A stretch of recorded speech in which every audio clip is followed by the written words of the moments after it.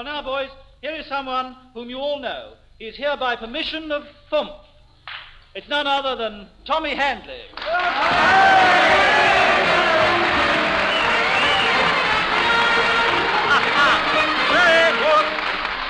Well, so this is Garrison Theatre, eh?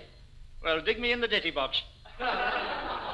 First laugh over, proceed with caution. It was Christmas Day in the cookhouse. Not here, my lad, not here. No, in the cookhouse. It's all right. This is the original version. But we don't want Christmas poems before Christmas. Well, why not? I heard somebody crooning night and day the other afternoon. I tell you, it isn't done. All right, bung it back in the oven again.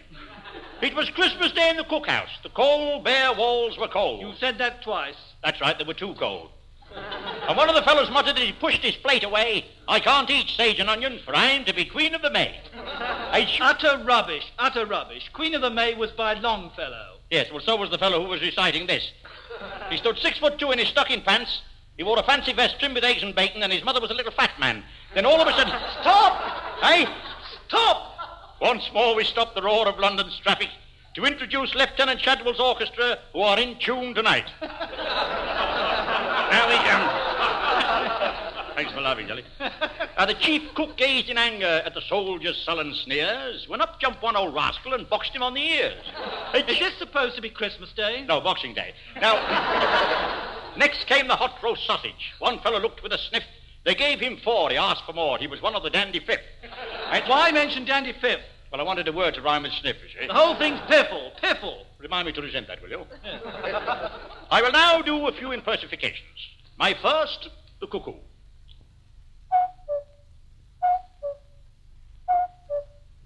The cuckoo's half-brother.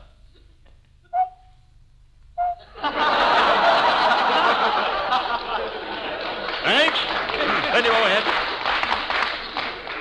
My next, an elephant playing a ocarina.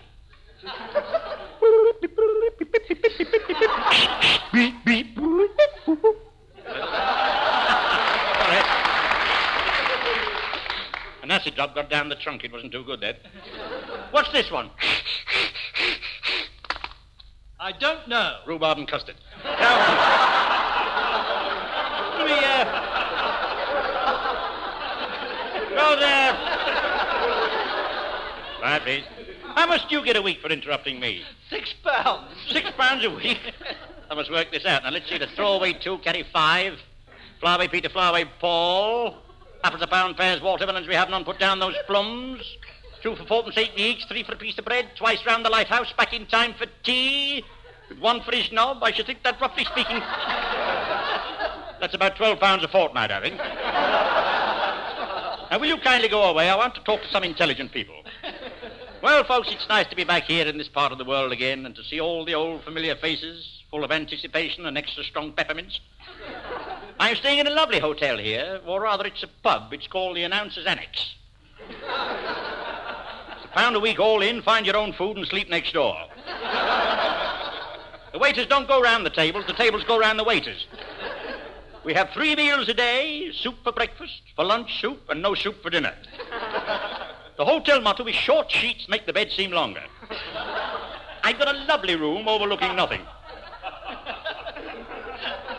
From my window I can see Oxshott, Bagshot, and Pulford. Hookham, Cookham, and Farnham. Of course, if you don't know the places, you don't know the gag. Anyway, the manager's a charming man. Clean-shaven, blue eyes, and a black-handled penknife. He used to work in a shirt factory, but business was so-so, so he left. I'll repeat that, it's too late now. Then he got a job as an article clerk in a laundry. He used to count the articles as they came in.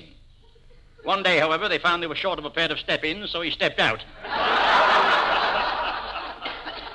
He's a mothball addict. Swallows 2 mothballs, dives into the wardrobe, and eats his overcoat. In the bar, the potmen have got handles to the names, and a running commentary in every landing. Knives and forks are chained to the table, and they serve the tea already saucered and blown. Several friends of mine stay here for their honeymoons. Tonight I met a delightful film star, Miss Salamoniac. She was traveling with her husband. I've met her husband before. 6 very nice fellows, every one of them. I took her into the lounge for a glass of polecat's milk. Charming. And she said, do you know any limericks? So I started to recite, there was an old woman of Ealing, and she said, cut. Well, it so upset me, I sent for the house doctor. He was a marvellous man. In fact, I've never seen a man take life so easily. Pause 30 seconds for laugh. It's a good gag, that, actually. That's doctor, is it? He's got the finest bedside manner I've ever seen. He takes your temperature with one hand and pinches a grape with the other. He took out his stethoscope and he listened into my valve set, but all he could get was the forces program. Anyway, he'd advised an operation costing 100 guineas, so I gave him a third of my broadcasting fee, and I've never been the same man since. Well, now, folks, now I must join my soldier pals and start knitting socks for the civilians. But before I go, I'm going to sing the parachute song. The parachute song? Yes, it don't mean a thing if you don't pull that string. Right over. I see you not know me, I give you to think. Mine fizz of you not recognize. For thanks to these whiskers and chunks of burnt cork, you cannot see through mine disguise. I'm Tomsky Polony, the great Countess Spy. Yeah, Tomsky Polony am I dip my moustache in the whiskey and splash, and ach, Donnerwetter, out comes the dye. I'm Tomsky Polony, but nobody know me. I creep here and there on mine slide. When I lean on the counter, I look nonchalant. I drink Handel's lager and hummer his song. But I'm spying like nothings the whole of day long. I'm Tomsky, the great Countess Spy. So I must impress you. You laugh at me, hein? You think just a yarman, am I? Ach, schwibbel mein Spastike, I pick up mein Gamp, for I am ein Schwein when I drive. I'm Tomsky Polony, the great Countess Spy. Ah, Tomsky Polony, am I? Well, to each one listen proud, I make love and howl, but sometimes they give me a slosh in the eye. I'm Tomsky Polony, with Odie Colony, to capture the women I try. Last night, a most beautiful blonde I was fine. Right over the way, she was changing her mind. But just as I spied her, she pulled down her blind. Baby Tomsky, the great Countess Spy. One evening, I crept in a crypt in Berlin and wrote cryptic codes on the wall with a pin. As I crept out again, Krupp cropped up and crept in. I'm Tomsky, decrepit old